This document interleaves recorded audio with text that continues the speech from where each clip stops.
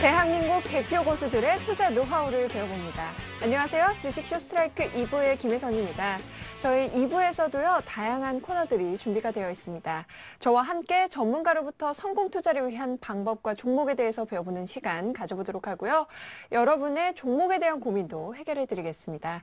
먼저 도와줄 팀에 참여하실 수 있는 방법 알려드릴게요. 전화 상담은요, 02-3153-2631 하나고요. 무료 문자는 013-3366-0110입니다. 여러분의 많은 참여 기다리고 있겠습니다. 자, 그럼 오늘의 감독입니다. 이성대 전문가님 인사 나눠보도록 하겠습니다. 전문가님 안녕하세요. 네, 안녕하세요. 네, 자세한 강의 시작하기 전에요. 먼저 이성대 전문가님의 프로필 소개해드릴게요. 추세의 시작점만 공략한다. 성장주, 실적주 중심의 중소형주 모멘텀 매매. 분산 투자로 위험도 최소화한다. 성공 투자의 안전 길잡이. 이성대 전문가의 멘토링 지금 공개됩니다.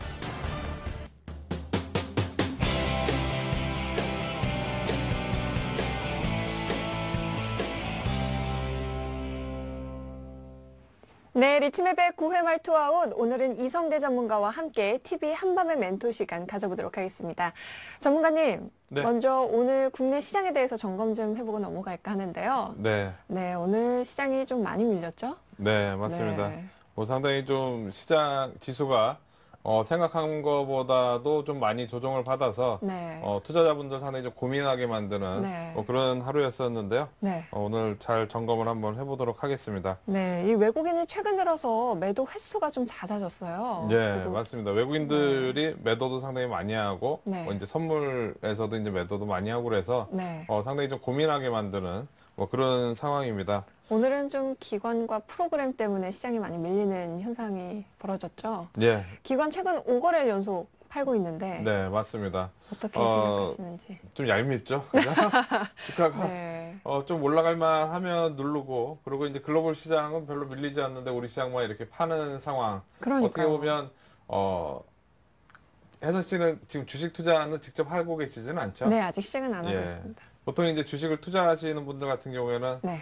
정말 찾아가서 한번 때려주고 싶은 그런 날이 아니었나 보여집니다. 네. 외국인들도 마찬가지고. 네, 시장이 이러니까요. 더 투자를 못 하겠어요. 그죠? 네. 예. 근데 어떻게 보면 이런 이제 시장의 등락 상황을 우리가 이제 이거를 체감적으로 이제 수익을 이제 우리가 계좌상으로 보다 보니까 네. 손실이 나는 상황을 봤을 때는 상당히 이게 스트레스로 작용이 되기 때문에 네. 심리적으로 이제 많이 위축이 되고 그러거든요. 네. 위축이 되면은 투자를 할 수가 없고, 근데 실제로 우리가 심리적으로 위축되지 않고 상당히 좋은 장일 때는 어떻게 보면 시장이 많이 올라가고 있을 때는 우리가 항상 주식을 비싸게 사야 되고, 네. 반대로 생각할 때 이렇게 위축돼 있을 때 사는 게 오히려 더 싸게 사는 게 이제 마음이 편한 건데, 심리적으로는 계좌를 주식을 갖고 있는 입장에서는 그쵸. 이제 이렇게 되니까 이런 것도 하나의 이제 경험이라고 일단 보시면 될 것 같습니다. 네. 주식시장이 계속 올라가는 것만 아니라 이렇게 위아래 등락이 있으면서 어느 정도 이제 조정 과정을 거치고 그 다음 단계로 넘어가는 상황이 되기 때문에 네. 지금 상황을 철저하게 잘 분석을 해보고 우리가 대응을 좀 해보도록 하겠습니다. 네. 자, 첫 번째로, 네. 국내 시장 점검을 한번 해보도록 하겠습니다. 네. 오늘 선물이 6,000계약 넘게 쏟아졌죠? 네, 맞습니다. 막판에 좀 더 팔면서요, 훨씬 더 많이 매도를 했는데요. 네. 몇 개 정확하게 매도를 했는지 한번 확인을 해보도록 하겠습니다. 네.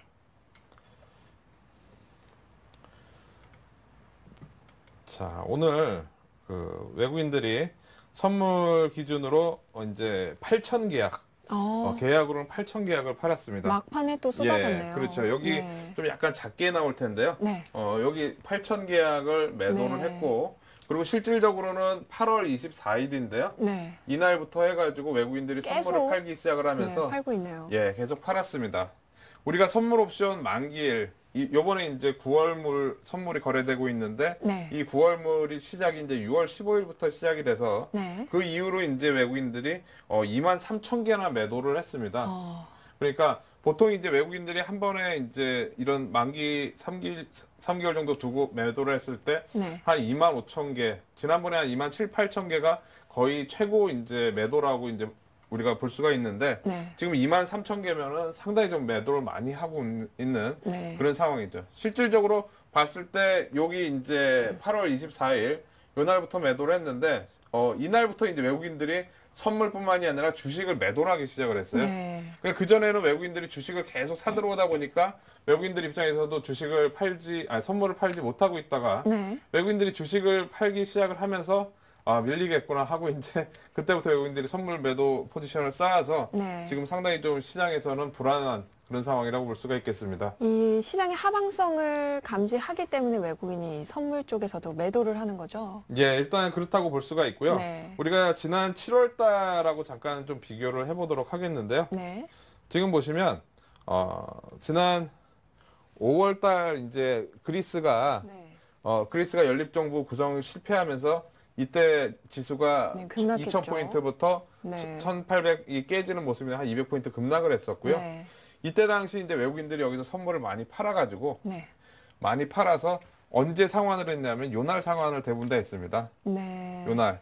그러니까 많이 팔아가지고 비싸게 팔고 밑에서 싸게 사는 거니까 이제 차익 실현을 한 거죠. 네. 근데 요번에 이제 지난 7월 달 같은 경우에는 보시면은 외국인들이 선물을 요때부터 이제 많이 팔기를 시작을 했습니다. 요 부분에서 네. 빠지기 시작할 때 이제 선물을 많이 팔기 시작을 해가지고 네. 여기까지 해서 이 과정에서 대부분 다 좀 전처럼 한 2만 개 이상의 선물 매도 계약을 갖고 있었어요. 그러니까 네. 계속 장이 좀 안 좋을 거라고 일단 판단을 하고 외국인들은 뭐 이때 당시 이제 유럽 시장이라든가 이런 데는 미리 먼저 좀 올라가는 모습이 나왔었는데 네. 우리 시장에서는 계속 이렇게 누르는 모습이 나왔거든요. 네.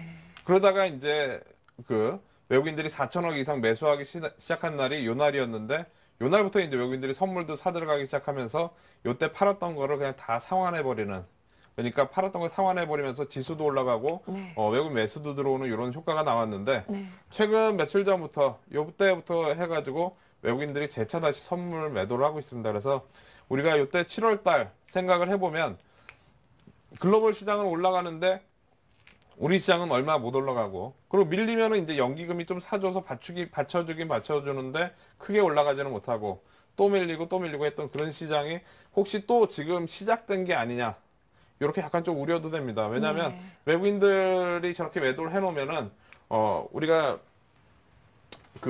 매수가 들어오기 힘든 그런 상황입니다. 그렇기 때문에 전반적으로 이런 선물 주체보다는 이제 현물을 매매하는 그런 외국인들이 들어와야지 전체적인 외국인들 매도는 약간 줄어들 거로 우리가 판단할 수 있을 것 같습니다. 네. 외국인들 선물 매도로 봐서는 지금 상황은 별로 안 좋다. 네. 우리가 이렇게 결론을 낼 수 있을 것 같고요. 그래서 혹시 7월장이 재현되는 게 아니냐, 네. 이런 약간 우려가 좀 있습니다. 그리고 오늘 자동차주들이 좀 IT에 비해서 굉장히 많이 밀렸잖아요. 네, 뭐 맞습니다. 삼성전자도 2%가 넘게 빠지긴 했지만 네. 자동차 3인방들이 줄줄이 하락했단 말이죠. 예. 이건 또 어떻게 봐야 할까요? 뭐 8월 어. 자동차 판매가 부진했다고 하는데. 네, 맞습니다. 네. 먼저 이제 어떻게 얼마큼 빠졌는지 차트상으로 네. 한번 보고 우리가 좀 찾아보도록 하겠습니다. 오늘 뭐 자동차 쪽 상당히 좀 안 좋았었습니다. 네, 현대차는 4% 가까이 빠졌네요. 그렇죠. 네. 예, 현대차 오늘 상당히 좀 많이 밀렸고요. 네. 현대차 같은 경우에는 최근 이제 우리가 소위 말하는 이제 지지선대 23만 5천 원대인데요. 네. 23만 5천 원대를 깨고 장대 음봉이 나오는 그런 모습이 나왔습니다. 네. 우리가 지난 7월 달 7월 중순 이때가 지수가 1755포인트였으니까 네. 그때 당시 가격이 22만 원대 정도 되거든요. 네. 근데 오늘 22만 7천 원이면은 아직까지 지수는 1874 저점 대비해서 120포인트 이상 위에 있는데 가격은 지금 이제 한 7천 원이니까 한 3%밖에 차이 안 나는 네. 1700대 가격대까지 벌써 이렇게 내려오려고 하는 이런 모습이 나오고 있습니다. 네. 그러니까 어떻게 보면 자동차 부분 쪽이 지금 상당히 좀 우려가 된다. 그리고 지금 기아차도 마찬가지였는데요. 네. 기아차도 한번 볼까요? 기아차도 마찬가지로 어떻게 보면 기아차는 지난 지수가 1755포인트 때보다도 더 밀리는 그런 가격대가 네. 왔어요.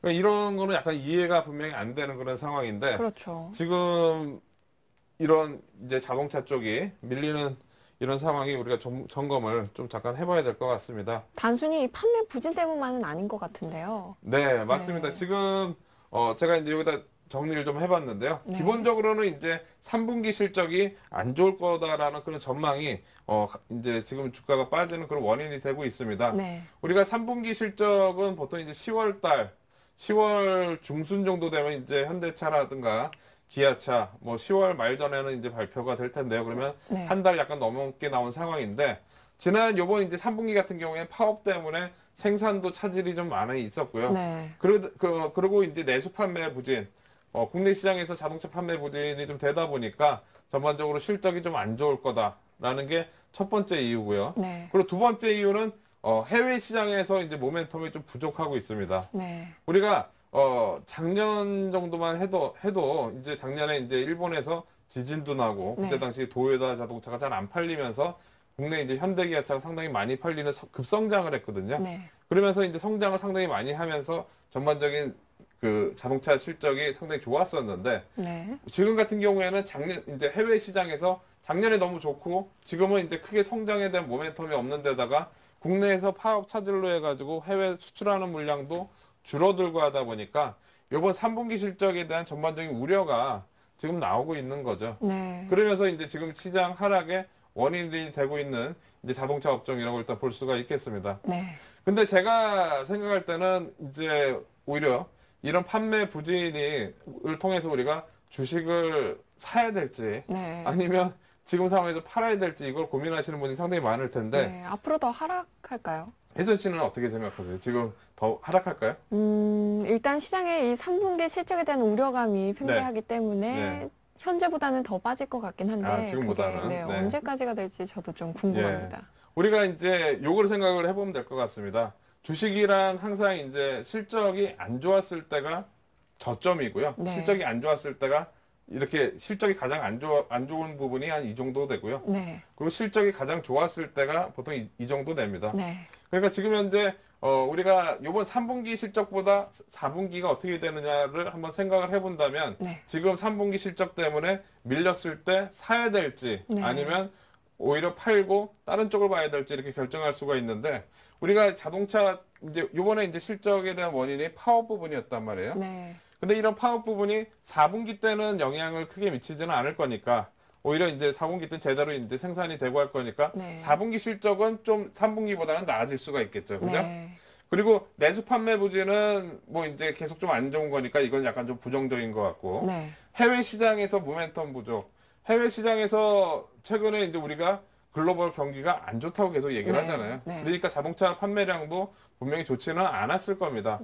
근데 우리가 생각을 해보면 지금 현재 이어지고 있는 유럽발 문제라든가 미국에서 이제 양적 완화 정책이라든가 이런 내용을 생각을 해봤을 때 분명히 한 4분기 때 11, 12 이 사이에서는 어느 정도 유럽 문제도 해결되는 해법이 좀 나올 수가 있고, 네. 그 다음에 양적 완화에 대한 그런 기대감도 있고, 네. 하다 보면 해외에 대한 모멘텀도 경기가 좋아지게 되면 자동차도 당연히 좀 잘 팔릴 수 있는 그런 모멘텀이 되겠죠. 네. 그렇게 본다면 우리가 3분기 실적 우려 때문에 리포트가 나오고 안 좋게 나오고 해서 기관들도 팔고 해서 밀리긴 하는데, 네. 뭐 지금 지수 때에 비해서도 밀리긴 하는데 3분기가 이렇고 4분기가 좀 좋아질 가능성이 있다면 이번 3분기 실적 발표하는 시점이 어떻게 보면 자동차 쪽은 좀 저점이 되지 않을까. 네. 게다가 그래도 이제 잘 안 팔린다 그래도 상당히 많은 양의 자동차를 생산하고 팔고 있고요. 네. 그리고 실적도 어느 정도 이제 적자 이런 개념이 아니라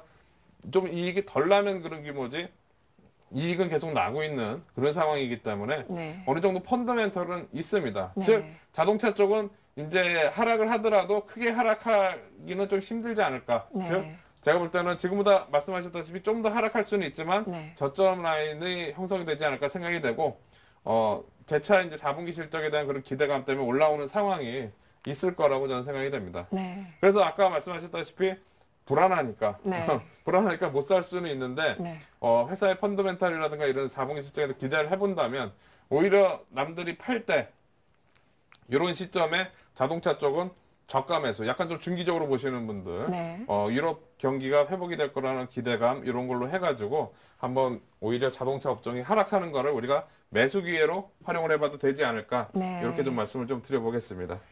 뭐 기업으로 말하면 펀더멘털이 좋으나 네. 이제 전분기 대비 이제 네. 실적이 감소한 거기 때문에 네. 이제 추가 상승은 이제 더 그렇죠. 지켜볼 수 있다는 말씀이시죠. 맞습니다. 그러니까 네. 3분기는 안 좋을 수 있지만 네. 4분기는 우리가 기대할 만한 내용이 만들어질 것 같다. 네. 뭐 이렇게 보면 될 것 같습니다. 그러니까 마음은 불안하실 이 자동차 쪽 가지고 계신 분들은 마음이 불안하실 수는 있겠지만 이렇게 네. 하면 될 것 같아요. 만약에 지수가 더 이제 빠지게 된다. 그런 상황이 되면 자동차 쪽이 주도해서 더 빠질 수도 있습니다. 네. 근데 보통 이제 우리 모든 종목들이 이제 손절매라는 게 있으니까 손절매는 하되 네. 다시 이제 밑에서 좀 더 싸게 살 수 있는 그런 관점에서 종목들 좀 대응하시면 좋지 않을까 생각이 됩니다. 네. 네, 자동차 업종에 대해서도 잘 네. 들어봤습니다. 이어서 글로벌 경기에 대해서도 한번 살펴볼까요? 예, 맞습니다. 글로벌 경기 침체에 대한 우려 때문에 어떻게 보면 오늘 시장은 우리가 빠졌다고 볼 수가 있겠습니다.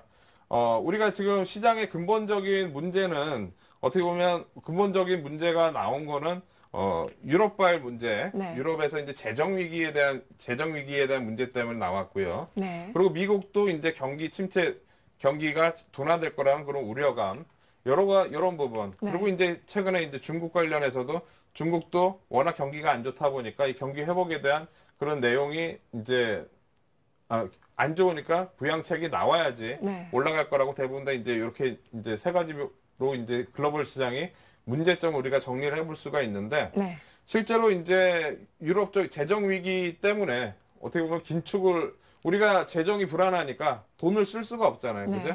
유럽에서는 이제 재정이 불안하니까 돈을 쓸 수가 없고 긴축을 해라. 긴축을 한다는 거는 경기가 안 좋을 수밖에 없는 거거든요. 네. 유럽 전체적으로 이제 재정 위기가 이제 확산될 조짐이 보이다 보니까 실제로 돈이 있던 기업들도 돈을 안 쓰고 네. 그리고 국가에서도 재정이 부족하다 보니 돈을 안 쓰고 그러니까 이런 위기가 유동성이 나오고 없죠. 그 다음에 경기 침체의 신호가 이제 경제 지표 발표할 때마다 유럽에서도 나오고 지금 미국에서도 나오고 중국에서도 나오고 네. 경기 침체에 대한 우려가 계속 지금 나오고 있는 그런 시점입니다. 네. 그래서 이런 우려 때문에 이제 지수가 빠졌다. 이렇게 이제 말씀드릴 수가 있는데 한 가지 우리가 지난번에 이런 우려 때문에 빠졌던 적이 한 번 있습니다. 제가 예를 들어서 차트를 한번 보여드리도록 네. 하겠는데요. 그때 당시에 이제 미국 시장이 이게 이제 미국 시장입니다. 네. 이때 당시 언제였냐면요. 6월 1일에서 6월 4일 그때 정도 됐었는데 네.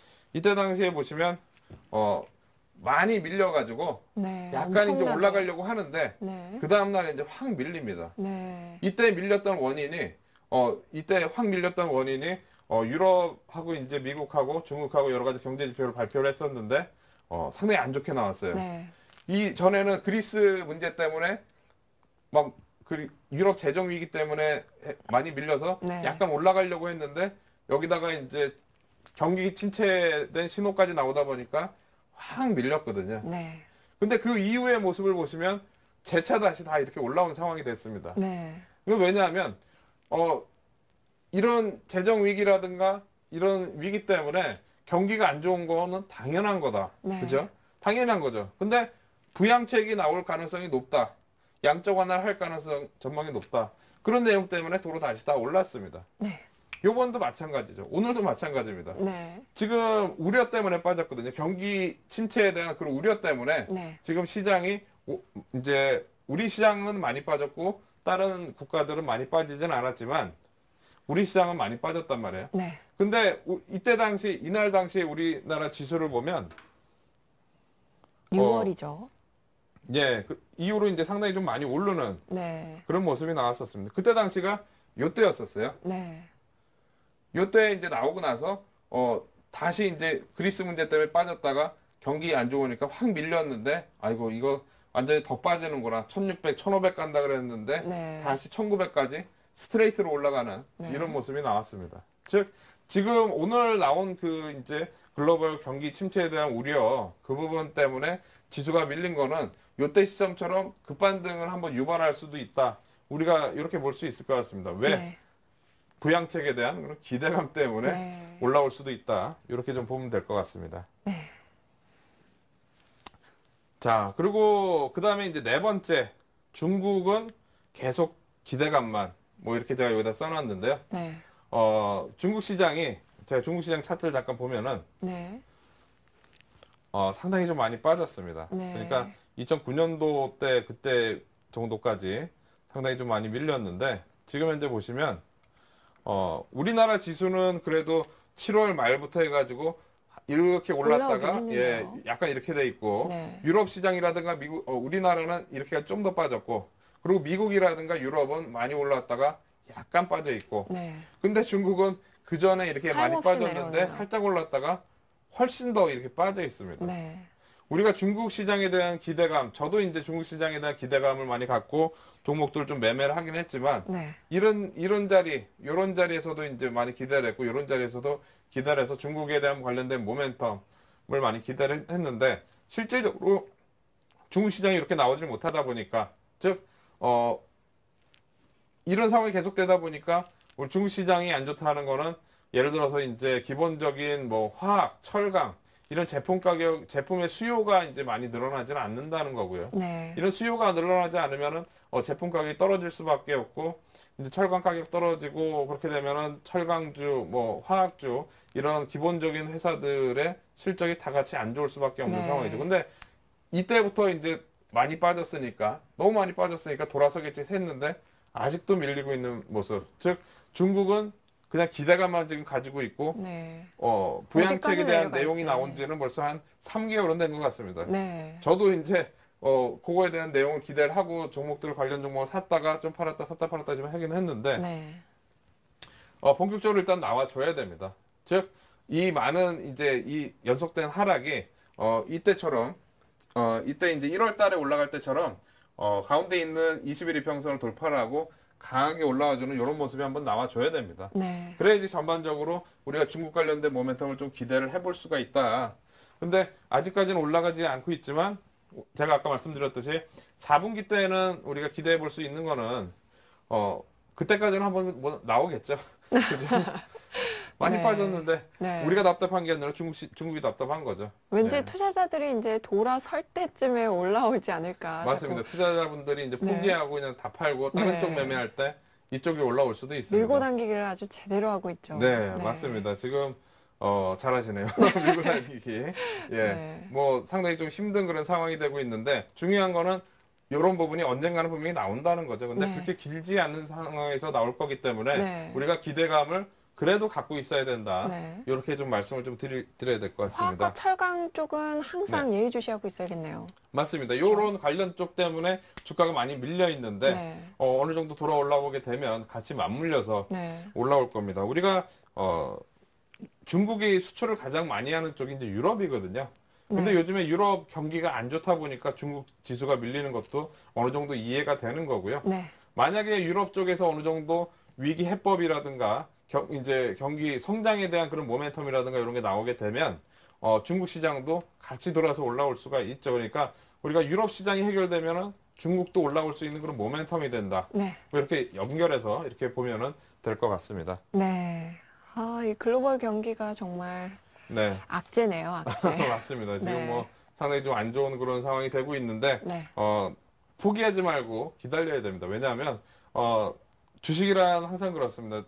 내가 포기하면 끝이에요. 네. 그냥 포기하면은 그냥 나는 없는 겁니다. 시장에서 나는 아주 작은 존재고, 근데 대신에 이제 내가 계속 거기서 남아서 그걸 끝까지 기다리고 있다가 결과적으로는 한번 올라올 거니까 그거를 이익을 내는 순간부터 해서 내 실력이라든가 네. 내공은 확 올라가게 돼 있고요. 네. 내 자산도 확 올라가게 돼 있으니까 전반적으로 좀 긍정적으로 보고 시장을 좀 대응하셔야 될 것 같고요. 네. 이제 코스닥 시장도 한번 살펴볼까요? 네, 맞습니다. 5번째 코스닥 기관 매도가 시작이다. 라고 제가 여기다 써놨는데요. 네. 3거래일 연속해서 한 1,000억 원 정도 네, 현금화를 맞습니다. 했죠.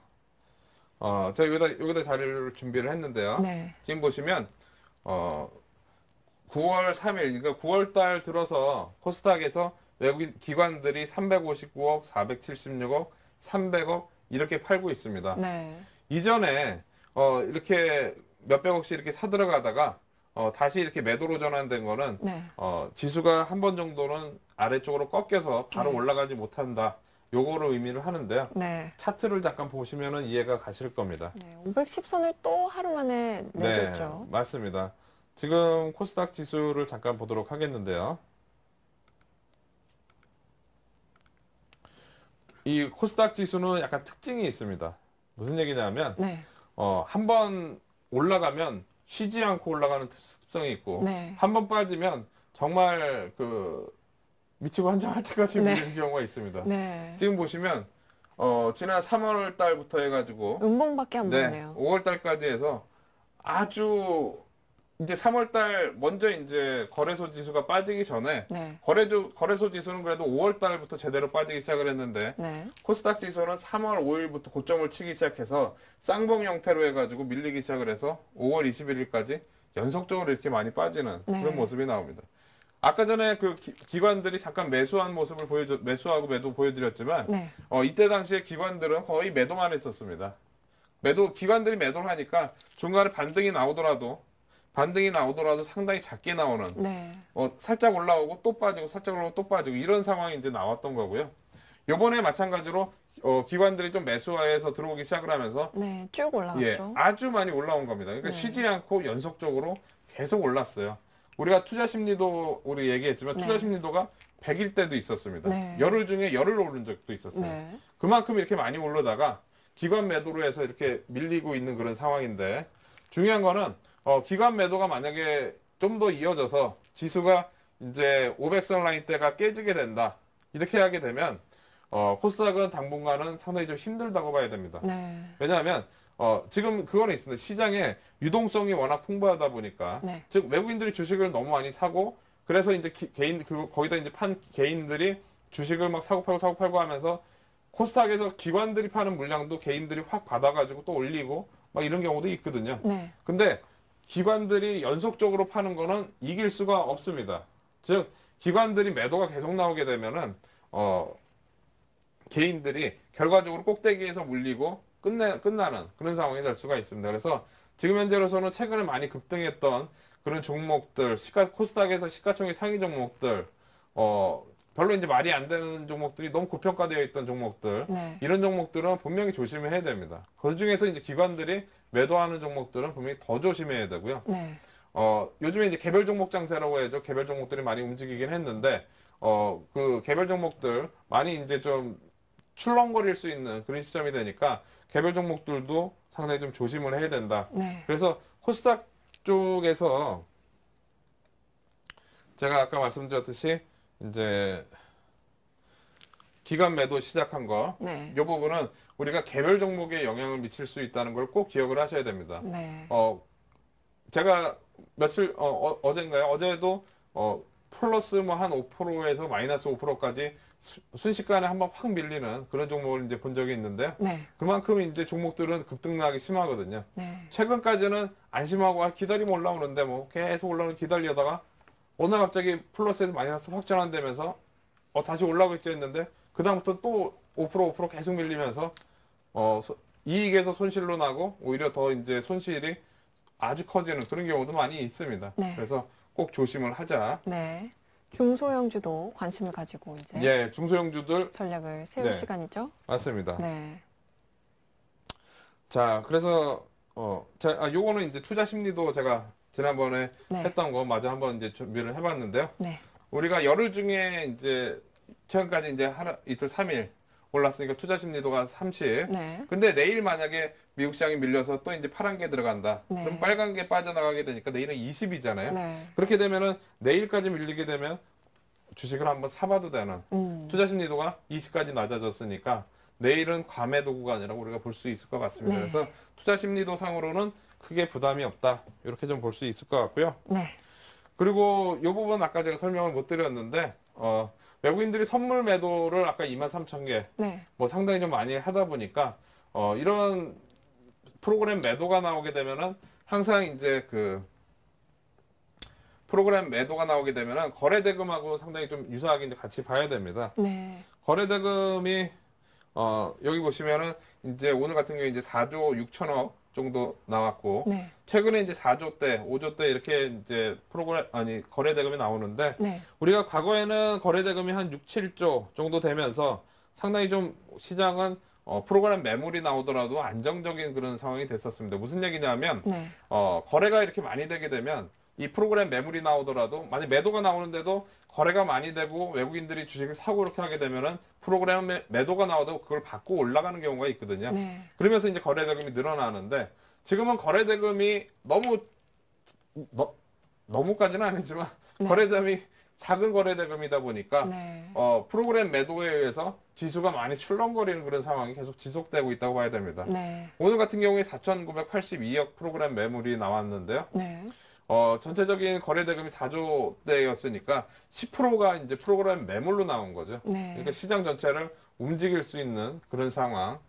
이 프로그램 요것 때문에 시장이 당분간은 외국인들의 선물 매매에 의해서 시장이 상당히 출렁거릴 수가 있다. 이 부분은 우리가 기억을 하고 네. 시장을 대응해야 될 것 같습니다. 네. 자, 이제 예정된 글로벌 이벤트에 대해서도 잠깐 짚고 넘어갈까요? 네, 맞습니다. 우리가 ECB 통화정책회의가 이제 내일 네. 있죠.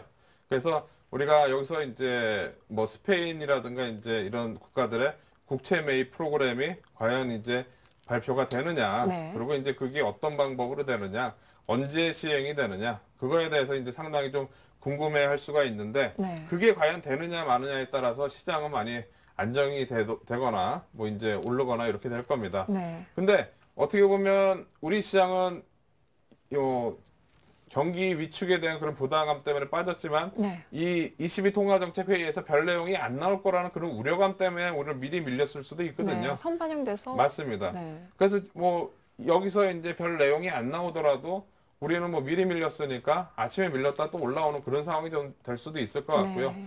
뭐 정책회의가 좋게 나온다, 내용이 좋게 나온다 그러면 내일 아침부터 뭐 몇십 퍼센트 떠가지고 또 이렇게 올라갈 수도 있는 거고, 내일 아침이 아니죠, 모레죠. 네. 내일 저녁에 나오니까. 네. 그래서 내일까지는 일단 혼조세가 되겠지만은 어떻게 보면 크게 이제 이 내용에 대해서는 우리가 미리 밀렸으니까 영향 크지 않을 것 같다, 이렇게 보여지고요.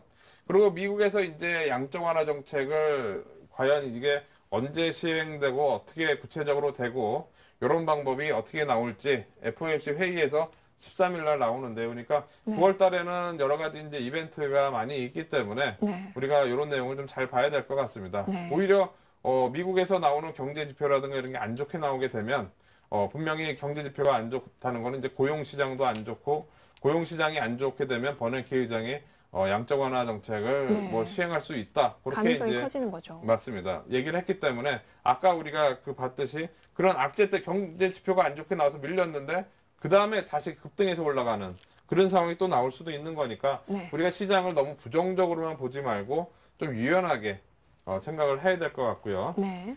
그리고 아까 보여드렸던 중국 시장이죠. 네. 중국 부양책에 대한 기대감, 이 부분은 꼭 우리가 이제 계속 생각을 해놓고 있어야 됩니다. 그래야지 우리가 이런 내용이 나왔을 때 같이 어떤 종목을 사든가 어떻게 대응하는가 요거를 미리 준비를 할 수가 있으니까요. 네. 이 부분도 우리가 좀 기대를 해보고 기다려야 될 것 같고, 네.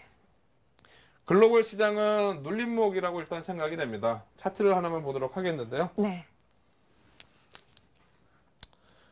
미국 시장, 뭐 유럽에서 대표적으로 이제 프랑스 시장 한번 보도록 하겠는데, 네. 프랑스는 오늘 지금 현재 플러스를 기록을 하고 있습니다. 네. 그래서 지금 보시면 최근에 많이 올라온 상황, 지금 6월 1일부터 상승 추세 전환이 되면서 네. 올라왔다가 이제 이런 식으로 해가지고 지금 나오고 있는 상황인데, 유럽은 올라가는데 우리 시장은 오늘 밀린 게 네. 상당히 좀 이런 상황에서 억울한 거죠. 그죠? 그러니까요. 예.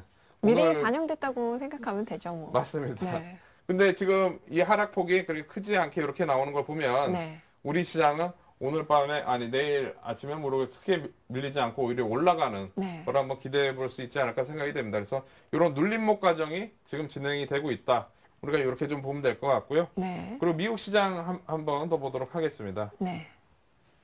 미국 시장도 마찬가지입니다. 미국 시장 이제 오늘 밤에 이제 열리겠지만 전일 이제 50포인트 하락했다 이제 올라왔는데, 여기서부터 여기 많이 올라온 폭에 비하면은 하락폭은 아주 작은 거죠. 네. 그래서 우리가 소위 말하는 이제 눌림목 과정이라고 우리가 볼 수가 있는데, 글로벌 시장 여기서부터 여기까지 올라왔는데, 네. 아까 기아차 같은 경우에는 이때 6월달 저점보다도 훨씬 더 이렇게 밑에 내려가 있으니까 그러니까요. 상당히 안타까운 거죠. 그것도 이제 자동차 쪽 하면은 분명히 이제 경기랑 민감하게 우리가 볼 수가 있는 상황인데 네. 이렇다는 거는 좀 상당히 안타까운 것 같습니다. 네. 근데 글로벌 시장이 크게 밀리지 않는 한 우리 시장도 혼자 밀릴 수 없다는 거 우리가 생각을 해본다면 글로벌 시장에서는 우리가 희망을 좀 가져도 되지 않을까 네. 이렇게 생각이 됩니다. 네, 참 이 글로벌 이벤트가 많아서 좋기도 하지만 또 그만큼 불안감도 참 큰 달인데요. 네, 맞습니다. 지금 제가 이제 맨 마지막으로 이제 경기 침체에 대한 그런 내용 우려도 있지만 기대감도 있다고 썼듯이 네. 아까 제가 그 설명드렸듯이 양쪽이 이제 같이 상존하는 겁니다. 그래서 밀리게 되면 기대감이 있고 오르게 되면은 경기 침체에 대한 우려감이 있는 상황이니까 네. 이런 걸 같이 이제 맞물려서 우리가 잘 생각을 해보면서 대응을 좀 하면 될 것 같습니다. 네.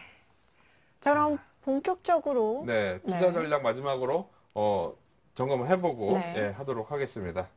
자, 제 목표는 이겁니다. 눌림목 공략. 눌림목이라 하면은 아까도 말씀드렸듯이 많이 올린 폭에 대해서 모든 종목이 이렇게 쉬게 돼 있는데 네. 그 다음 올라가는 거는 이제 노리고 들어가는 거죠. 어느 정도 저는 이 정도 수준에 왔다고 생각이 됐는데 오늘 네. 한 단계 더 밀렸어요. 네. 그러는 바람에 좀 헷갈리는 그런 상황이 나왔습니다.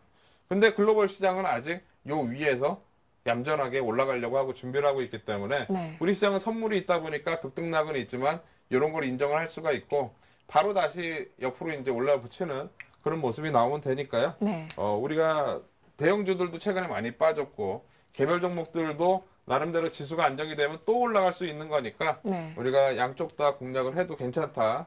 이렇게 좀 말씀을 드리도록 하겠고요. 네. 그리고 눌림목 다음에 상승은 글로벌 시장하고 같이 나온다고 제가 지난주부터도 계속 말씀을 드렸습니다. 그래서 네. 글로벌 시장이 같이 반등 나오는지 잘 보고 대응을 해야 되고 그리고 아까 말씀드렸듯이 코스닥에서 기관들이 계속 팔다 보니까 이게 만약에 연속적으로 이어질 경우에는 개별 종목들이 급등락이 나올 수가 있습니다. 그러니까 우리 그런 말이 있습니다. 그냥 이익이 났을 때 적당히 먹고 팔아라. 뭐 이런 네. 얘기가 있습니다.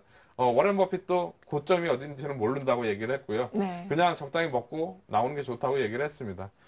주식 요즘에 이제 등락이 있을 수가 있으니까 적당히 실현을 하고 그 다음에 보는 계좌를 잘 지켰다가 다시 매매를 하는 그런 전략을 취하시면 될 것 같습니다. 네. 국내외 이제 시장 점검까지 끝내봤고요. 이제 오늘 본격적으로 한밤의 멘토 강의 시작해 볼까요? 이제 제가 지난 8월 8일 날부터 이제 시작을 했었고요. 네. 그리고 이제 9월 26일까지 이제 몇 번 남지를 않았는데요. 네.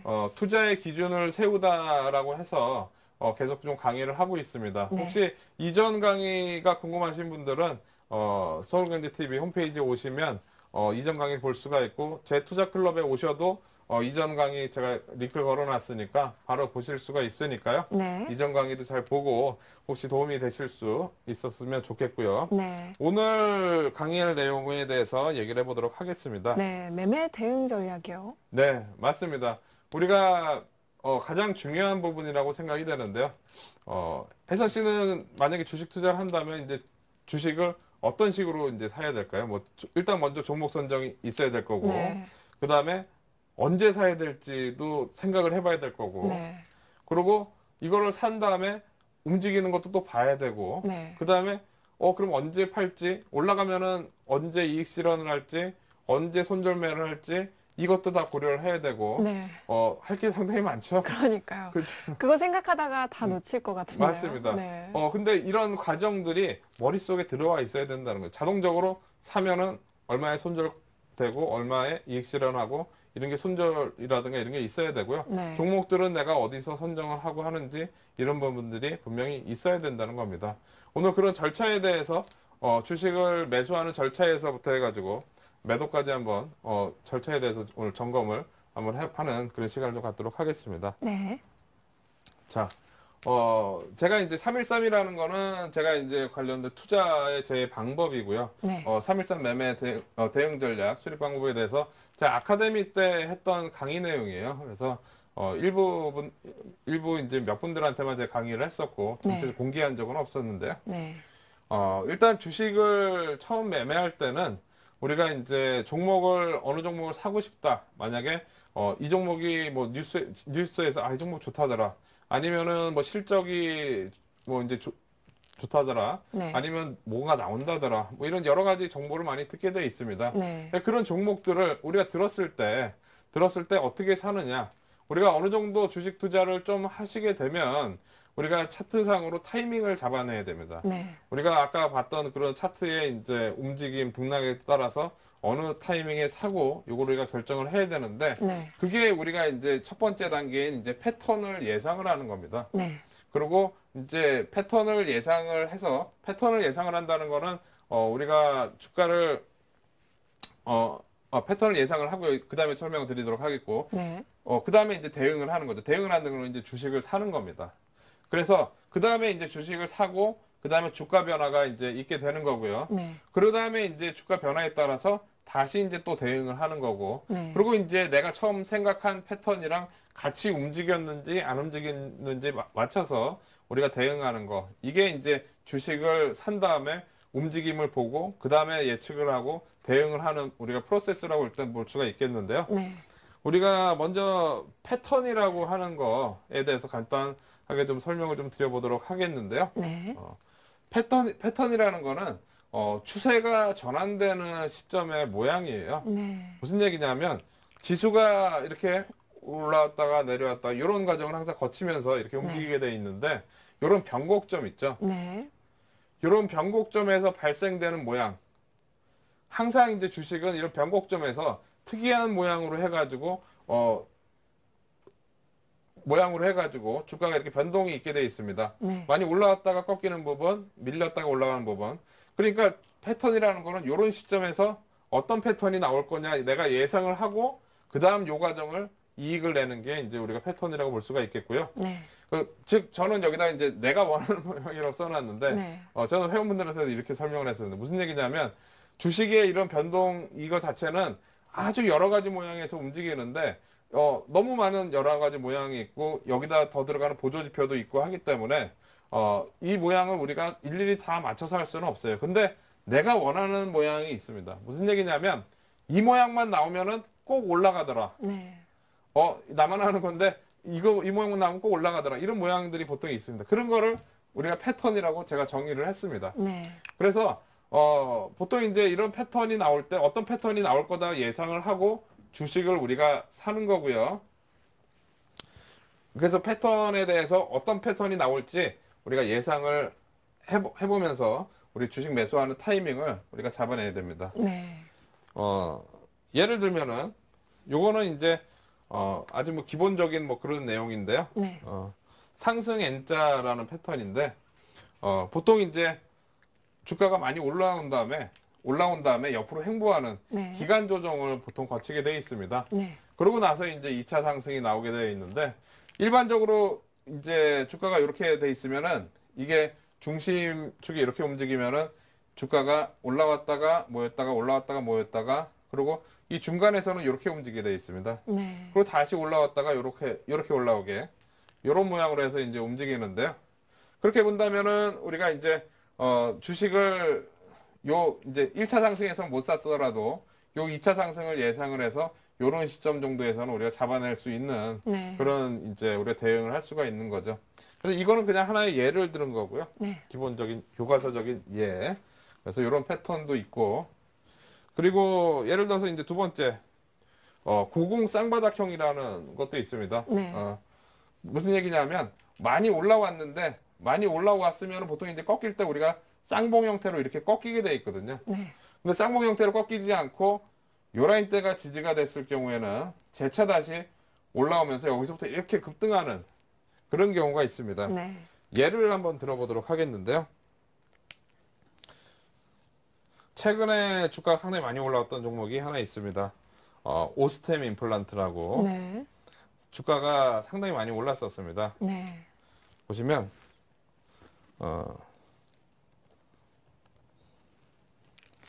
오스템 임플란트 이 종목을 보시면 네.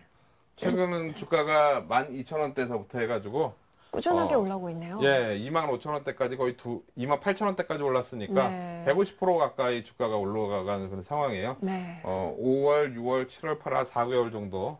근데 보시면 요 부분 있죠. 여기 보시면 많이 올라왔는데 네. 요 부분에서 이렇게 하면서 이렇게 올라갑니다. 네. 좀 전에 보여드렸던 그런 패턴, 고공 쌍바닥형 패턴이 이런 자리에서 일단 나왔는데요. 네. 이때 보시면 지금은 이제 이렇게 높아 보이지만 그 이전 모습으로 우리가 한번 이렇게 보면 많이 올라와서 네.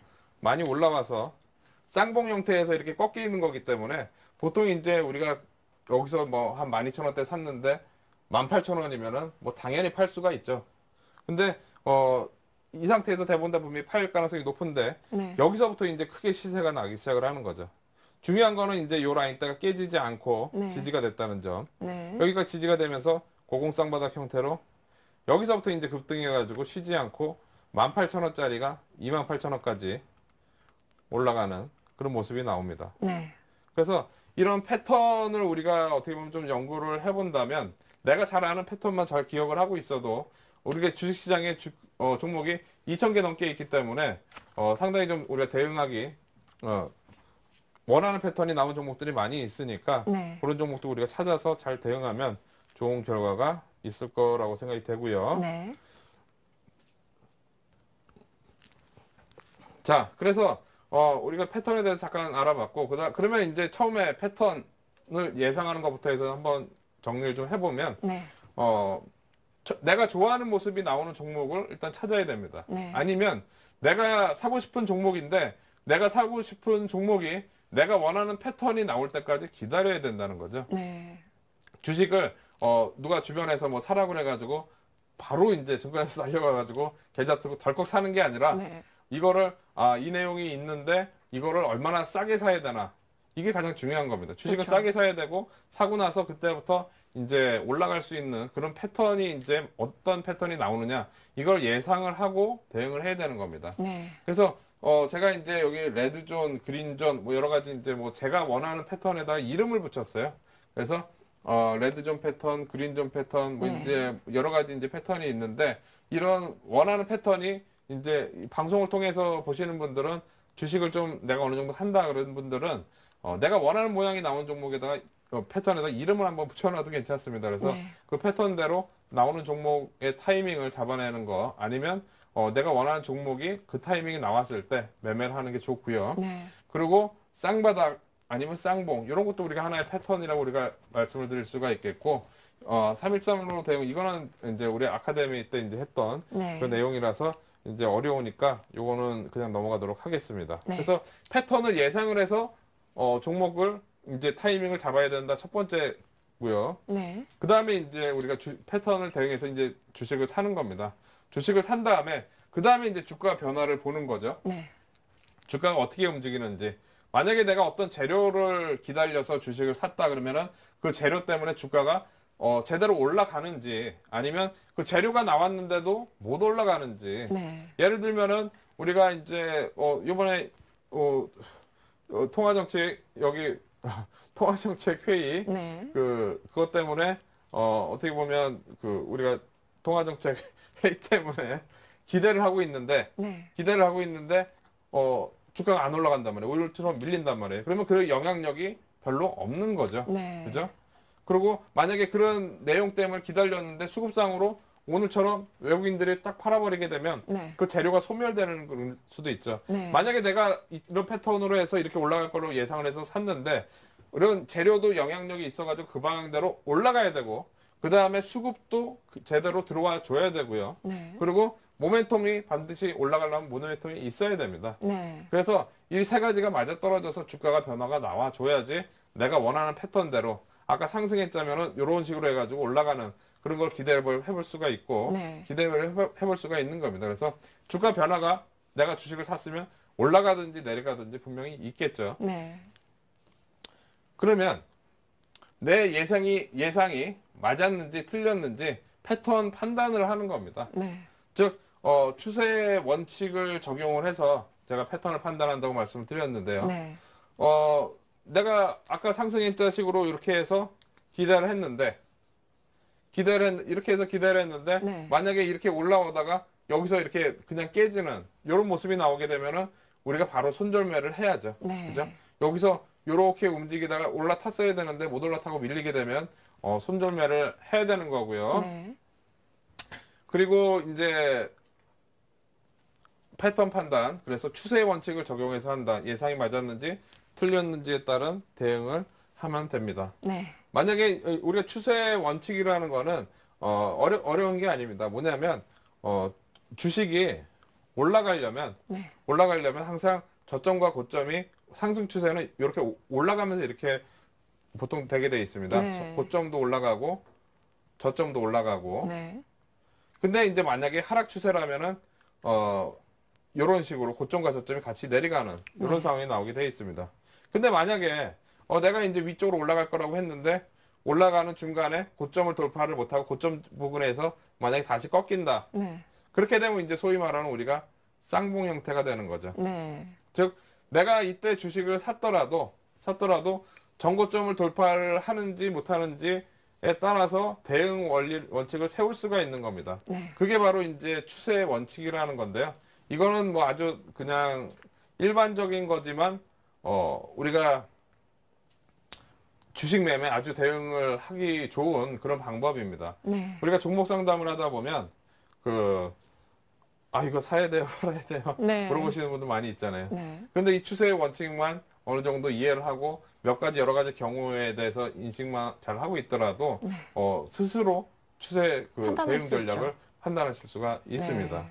나중에 시간이 되면 어떤 건지도 이제 제가 좀 잘 말씀을 드리겠고요. 지금은 네. 이제 간단하게 말씀드렸지만 이런 거 이제 우리가 꼭 기억을 해보셔야 될 것 같습니다. 네. 지난주 내용에 비해서는 내용은 약간 좀 어렵죠. 네. 그죠? 이게 어느 정도 이제 좀 약간 중급자 분들, 그 정도 되시는 분들이, 완전 기계적으로, 체계적으로 내가 어떻게 사고, 어떤 패턴에서 사고, 어떤 상황이 되면 손절매를 하고, 어떤 상황이 되면 올라가게 되면 네. 익절 가격을 높이면서 대응하고, 이거에 대한 이제 원칙을 제가 이제 대응 전략 수립을 이제 말씀을 드리는 건데요. 네. 좀 어려우실 수 있더라도 마지막까지 좀 잠깐, 잘 봐주시기 바라겠습니다. 네. 지금 가장 필요한 내용들이 아닌가 생각이 되는데요. 네, 맞습니다. 네. 현실적이잖아요. 한 단계 올라서려면 네. 맞습니다. 이게 현실적인 내용이에요. 우리가 회사 내용이 좋다, 이제 EPS가 얼마다, 뭐 ROE가 얼마다, 뭐 이제 매출액이 얼마큼 증가한다, 뭐 이런 내용도 분명히 회사의 기본적인 펀더멘탈 상에서 중요하지만 네. 우리가 제가 항상 투자의 기준이라고 말씀드렸듯이 네. 기준을 세우는데 내가 원하는 패턴을 기준으로 놓고 우리가 대응을 하는 게 이제 투자입니다. 네. 그래서 내가 원하는 패턴을 기준으로 놓고 투자의 기준을 놓고 딱 세워놓으면은 그 다음 대응 전략은 이제 명확하게 다 네. 나오게 되어 있습니다. 그래서 그 기준을 세운다, 투자의 기준을 세운다가 네. 그 기준도 맞거든요. 네. 그러니까 종목에 대한 기준, 예를 들면 나는 실적이 좋고 성장하는 종목만 매매해. 아니면 옛날에 제 이제 지인 중에는 밀리는 종목, 아주 안 좋은 부실주만 매매한 친구들도 있었습니다. 왜냐하면은 부실주들은 사람들이 불안해가지고 네. 막 아래로 내려파니까 그래도 이제 너무 싸게 내려파니까 그걸 사서 또 올라오게 되면 그때 이제 바로 사고 팔고 하면서 네. 거기서도 이제 수익을 잘 내는 친구들도 있었고요. 그래서 주식 시장은 이 등락이 있는 요 상황에서 어떤 종목이 이렇게 등락이 있을 때 내가 어느 구간을 잘 먹고 나올 수 있느냐. 이 먹을 수 있는 거는 기술, 그리고 네. 먹을 수 있는 하나의 투자의 기준, 요것만 세워놓으면은, 전체적으로 투자하는 방법 자체적으로는 그렇게 힘들지가 않다. 이렇게 좀 말씀을 드리겠고요. 네. 그리고 이제 마지막으로 이제 총 정리를 하면은, 네. 제가 여기다가 이제 패턴을 많이 복습을 해야 된다고 말씀을 드렸고, 그 다음에 여기다 상상해야 된다고 말씀드렸습니다. 무슨 얘기냐면, 아까 요 종목은 이런 패턴이 될 거야. 예를 들면 이제 상승일자 패턴이 될 거야. 이렇게 했을 때, 네. 이때 상황에서는 분명히 요 과정은 없고, 요때의 시점이니까, 그 다음에는 이제 상상을 하는 거죠. 항상 상상이 돼야 됩니다. 네. 주식은 내가 올라가면은 내가 원하는 대로 패턴대로 가니까 힘이 확 받아가지고 정말 많이 올라갈 것 같다. 네. 이렇게 대응할 수가 있는 거고요. 그리고 만약에 상상한 대로 안 가고 밀리게 되면은, 그 다음에는 이제 손절매를 해야 되겠죠. 즉, 상상을 하되, 좋은 상상만 하는 게 아니라, 즉, 사고 나서 많이 올라가는 것만 상상하는 게 아니라, 밀릴 때도 상상을 해서 우리가 준비를 해야 된다는 게 상당히 중요한 겁니다. 즉, 네. 이렇게 움직이면 이런 패턴이 되겠지만, 반대로 움직이게 되면은, 뭐, 삼중봉이라든가 이런 봉 패턴이 되겠구나. 뭐 이렇게 우리가 판단할 수가 있는 거죠. 그래서 네. 제가 풀어서 썼습니다. 왜냐하면 이해가 되기 쉽게. 그래서 상황에 따라서 어떻게 대응을 해야겠다 이런 부분을 꼭 판단을 하시고 투자를 하시면 네. 우리가 주식 매매를 할 때 체계적으로 이제 대응할 수 있는 그런 상황을 우리가 좀 배울 수 있다. 이렇게 좀 말씀을 드릴 수 있도록 하겠습니다. 네. 오늘 또 중요한 것 한 가지가 또 복습을 네. 많이 해야 된다는 거죠. 패턴에 대한 복습. 맞습니다. 우리가 네. 패턴이라는 거 상당히 많이 있어요. 그래서 제가 뭐 아주 기본적인 것만 이제 좀 보여드리긴 했지만 네. 제가 이제 아카데미를 하면서 이제 회원분들한테 말씀드린 거는 상당히 좀 창의적인 패턴들이 많이 있습니다. 네. 무슨 얘기냐면 저만 아는 그런 이제 패턴들이 상당히 좀 많이 있어요. 그래서 그런 패턴이 나왔을 때는 남들은 여기서 왜 사는지 모르는데 사고 나면 올라가는 그런 자리들. 네. 우리가 주식 투자를 오래 하다 보면은 그런 걸 우리가 발견할 수가 있고요. 그 패턴을 우리가 잘 내 걸로 만들다 보면 결과적으로는 그런 패턴이 또 다른 종목에서도 얼마든지 또 나오고 하다 보니까 그런 거를 잘 적용할 수 있으니까 패턴을 잘 이제 많이 만들어 놓고 아니 많이 준비를 하고 그다음에 복습을 하고 그다음에 항상 그 패턴대로 움직이는지 상상을 하면 우리가 좋은 투자를 할 수 있지 않을까 이렇게 생각이 됩니다. 네. 지금까지 이성대 전문가님의 매매 대응 전략을 세우는 방법까지 강의 잘 들어봤습니다. 저는 그럼 잠시 후에요. 시청자 종목 상담 시간으로 돌아오겠습니다.